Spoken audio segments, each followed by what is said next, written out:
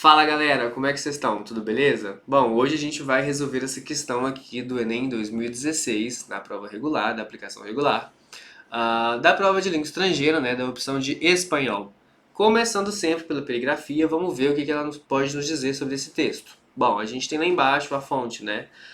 Foi um texto escrito por E. Hauser e está disponível em www.pagina12.com.ar. Então é um texto aí publicado na Argentina, esse domínio, né, .ar é o domínio da Argentina, no jornal, no periódico, na revista, é algum texto que vai aparecer um desses tipos aí, que é chamado de página 12, né? Então a gente pode esperar estar de frente aí a uma reportagem, a uma notícia, mas a um tipo mais dissertativo ou descritivo. Vamos dar uma olhada no texto para ver melhor o que é. Bom, o texto é o seguinte. La Sala 2 de la Cámara de Casación Penal ordenó que Marcela y Felipe Noble Herrera, los hijos adoptivos de la dueña de Clarín, se sometan a la extracción directa con o sin consentimiento de mínimas muestras de sangre, saliva, piel, cabello u otras muestras biológicas que les pertenezcan de manera indubitable para poder determinar si son hijos de desaparecidos. El tribunal, así, hizo lugar a un reclamo de las abuelas de la Plaza de Mayo y movió un casillero una causa judicial que ya lleva 10 años de indefinición. Sin embargo, simultáneamente fijó un límite y solo habilitó la comparación de los perfiles genéticos de los jóvenes con el ADN, DNA, de las familias de personas detenidas o desaparecidas con certeza hasta el 13 de mayo de 1976 en el caso de Marcela y hasta el 7 de julio del mismo año en el caso de Felipe.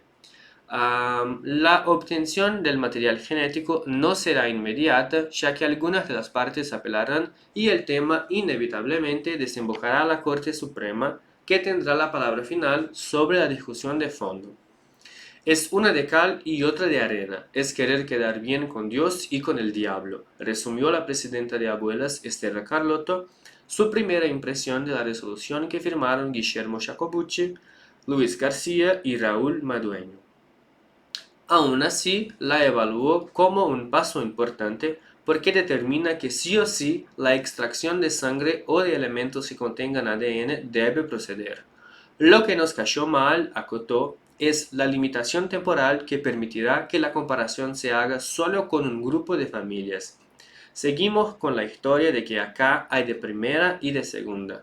¿Por qué todos los demás casos siempre se han comparado con el banco de datos, de datos genéticos completo e en este não? Se perguntou. Bom, então a gente está aí diante de um texto que está narrando um fato, né?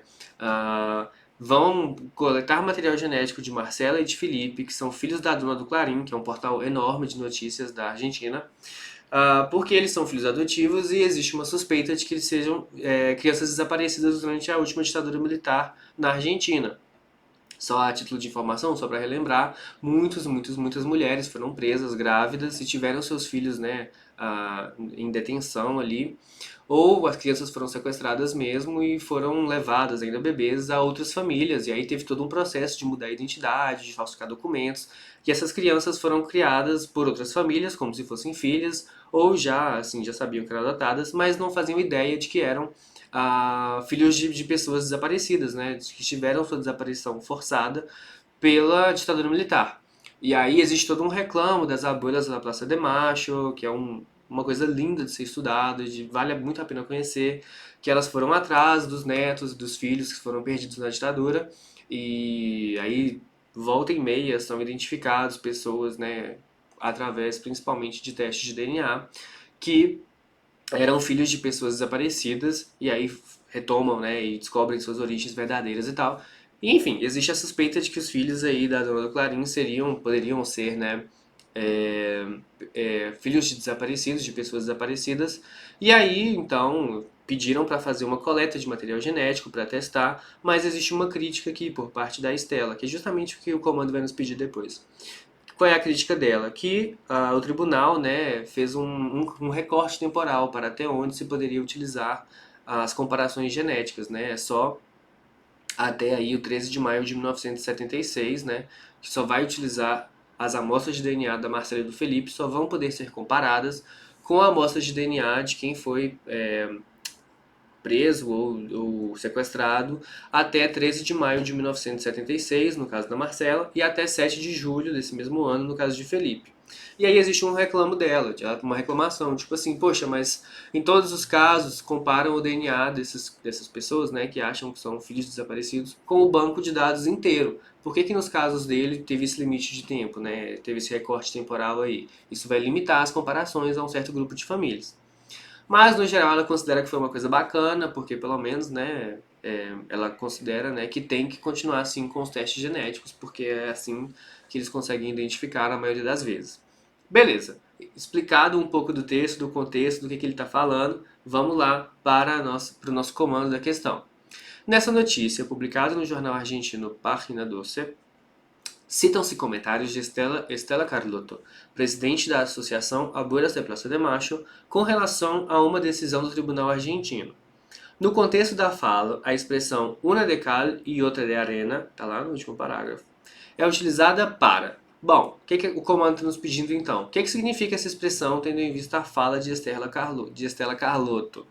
Bom, a expressão uma de cal e outra de arena é como se estivesse jogando uma pá de cal e uma de areia, né? São forças aí meio contraditórias. Mas vamos ver melhor aqui nas alternativas. Bom, então no contexto, essa fala seria utilizada para referir-se ao fato de a decisão judicial não implicar a sua imediata aplicação? Não. A gente tem um distrator aí de inadequação ao comando. A decisão judicial não vai ser aplicada imediatamente, né, em caráter imediato, porque o texto fala que as partes ainda podem recorrer, então ainda vai demorar um pouquinho.